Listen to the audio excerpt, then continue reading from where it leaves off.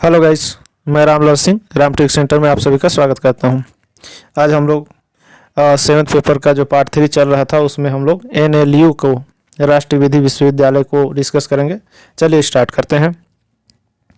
तो इसमें है जो पहला है वो देखिए, परिचय लिखना पड़ता है, 2 लाइन का कम से कम इंट्रोडक्शन तो देना ही पड़ता है। तो जो राष्ट्रीय विधि विश्वविद्यालय है तो विधि है, ठीक। विधि मतलब क्या है? कानून की पढ़ाई करने वाला ना, वो विश्वविद्यालय। तो यह विधि क्षेत्र का स्वायत्त शासी निकाय है। इसका गठन देखिएगा आप लोग, मैं थोड़ा सा मिस कर दिया हूँ इसमें, बाकी कमेंट करके बता दूंगा मैं। तो एडमिशन जो है वो क्लेट के माध्यम से होता है, संयुक्त विधि प्रवेश परीक्षा होता है इसके लिए, क्लेट, ठीक। तो याद रखिएगा, क्योंकि लगभग पिछले 3-4 पेपर में इस टाइप का पूछा जा रहा है कि कौन सा पेपर के थ्रू किस में एडमिशन मिलता है। तो जो आईआईटी है वो जेई एडवांस के थ्रू, और एनआईटी जेई एडवांस के जो कम रैंकर होते हैं उनके थ्रू ही मिलता है। जेई मेन से जेई एडवांस ऐसे बोलते हैं। और जो आईआईएम है उसमें कैट के थ्रू मिलता है, और एनएलयू है इसमें क्लेट के थ्रू मिलता है, ठीक। इसका फुल फॉर्म जो है वो इंग्लिश में भी देख लीजिएगा, हिंदी में देख लीजिए, संयुक्त विधि प्रवेश परीक्षा, ठीक। डिग्री कौन सा देगा भैया? तो स्नातक का देगा और परास्नातक दोनों का देते हैं, ठीक। ग्रेजुएशन और मास्टर ग्रेजुएशन में, दोनों में, ठीक, पोस्ट ग्रेजुएशन में। यह विधिक शिक्षा स्तर का राष्ट्रीय महत्व का संस्था है। विधिक शिक्षा स्तर का राष्ट्रीय महत्व का संस्था है, क्योंकि विधि के क्षेत्र में ये विश्वविद्यालय है, ठीक। इसका महत्व क्या है भाई? तो यह संस्था विधि शिक्षा हेतु उत्कृष्ट, मतलब विधि की शिक्षा के लिए उत्कृष्ट संस्था है, सर्वोच्च शीर्ष संस्था है, ठीक। भारत में गुणवत्तापूर्ण विधि शिक्षा प्रदान करने के लिए, गुणवत्तापूर्ण विधि शिक्षा प्रदान करने के लिए मतलब करता है। यह विधि महाविद्यालयों को नियंत्रण, पाठ्यक्रम का निर्धारण, ये सब काम भी करता है। ये संस्थाएं सामान्य पाठ्यक्रम के अलावा देखेंगे तो एनजीओ, सरकारी अधिकारियों, प्रशासकों, स्थानीय प्रशासक प्रतिनिधि, पेशेवर विदों के साथ साथ बार काउंसलिंग के प्रतिनिधि का पाठ्यक्रम का भी निर्धारण करती है। तो आप लोग याद रखिएगा कि ये किसका किसका जो है पाठ्यक्रम का निर्धारण करते हैं, ठीक। इसके बाद जो नेक्स्ट है वो वर्तमान में जो है 21 विधि विश्वविद्यालय हैं। कुछ को नाम से याद भी रखिएगा, हैदराबाद, रायपुर, इंदौर, कलकत्ता में भी है, ठीक।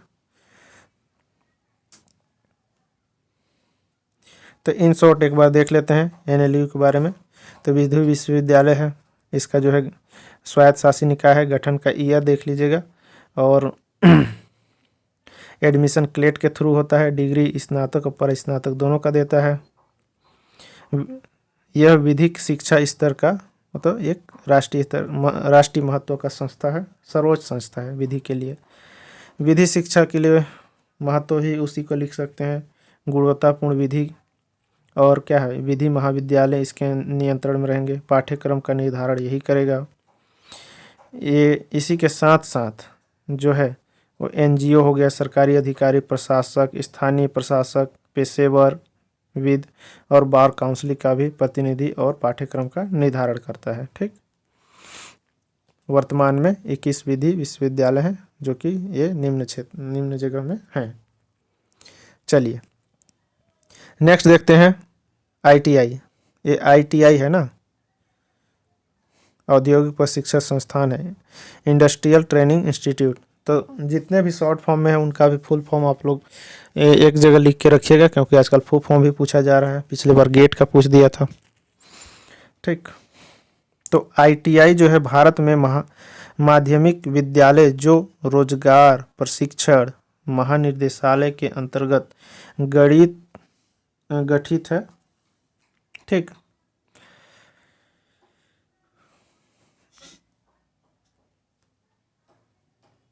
2015 से कौशल विकास और रोजगार मंत्रालय के अंतर्गत काम करती है। अब इसमें जो एडमिशन है वो 8वीं, 10वीं, 12वीं इस टाइप के जो प्रशिक्षण के हिसाब से लेते हैं ये लोग।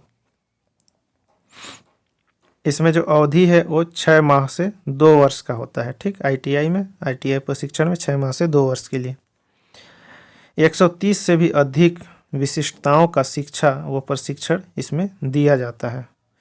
तो इसमें बहुत सारा विषय होता है छोटा छोटा जिसके बारे में पढ़ाया जाता है। 130 से भी अधिक।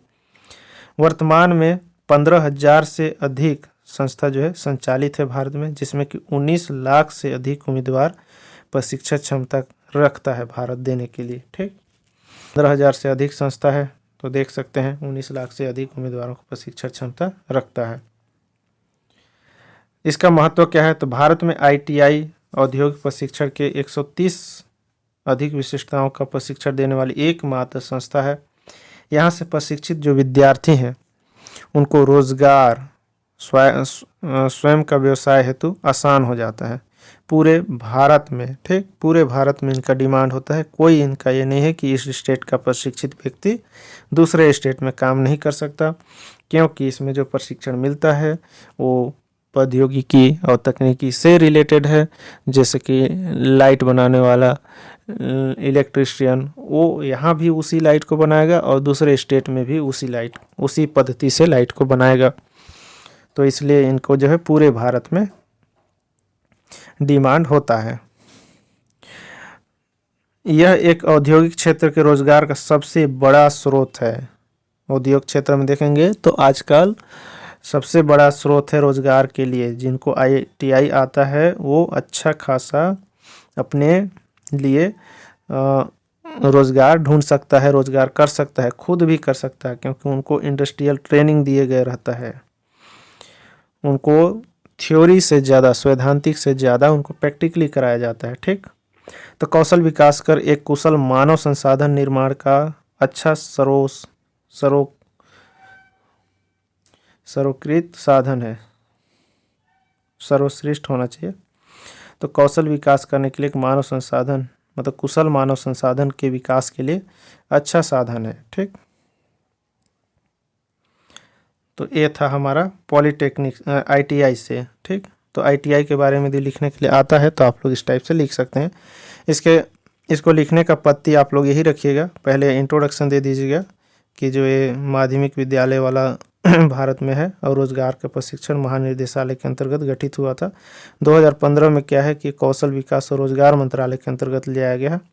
एडमिशन बता दीजिएगा 8वीं 10वीं 12वीं के बेस पे होता है। अवधि बता दीजिएगा 6 माह से 2 वर्ष का ट्रेनिंग होता है। इसका कोर्स 130 से अधिक विशिष्टताओं पर इसको प्रशिक्षण और शिक्षा दिया जाता है। साथ ही अभी के जो वर्तमान में जो क्षमता है उसमें देखेंगे तो 15,000 से अधिक संस्था संचालित है पूरे भारत में, जिसमें कि 19 लाख से अधिक उम्मीदवारों को प्रशिक्षण क्षमता का रखता है। महत्व, कार्य और उद्देश्य सब कुछ इसी में इंक्लूडेड है। आप लोग इसको अच्छे से ध्यान रखिएगा। इसके लिए अलग अलग उसी पॉइंट को बार बार रिपीट करना अच्छा नहीं लगता है, इसलिए उसी बात को तीनों जगह हम न लिख के एक जगह कंप्लीट करते हैं, क्योंकि इसमें अलग से कहीं पास ये नहीं लिखा गया है कि इसका कार्य अलग है, इसका उद्देश्य क्या था, इसका महत्व क्या है। क्यों नेक्स्ट देखते हैं हम लोग पॉलीटेक्निक में क्या होता है उसके बारे में जानते हैं। तो सबसे पहले तो प्रस्तावना देखते हैं।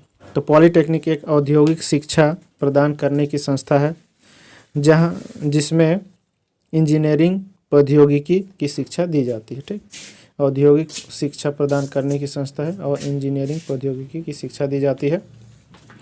इसमें सैद्धांतिक शिक्षा से अधिक जो है व्यवहारिक शिक्षा पर फोकस किया जाता है, कौशल विकास पर बल दिया जाता है।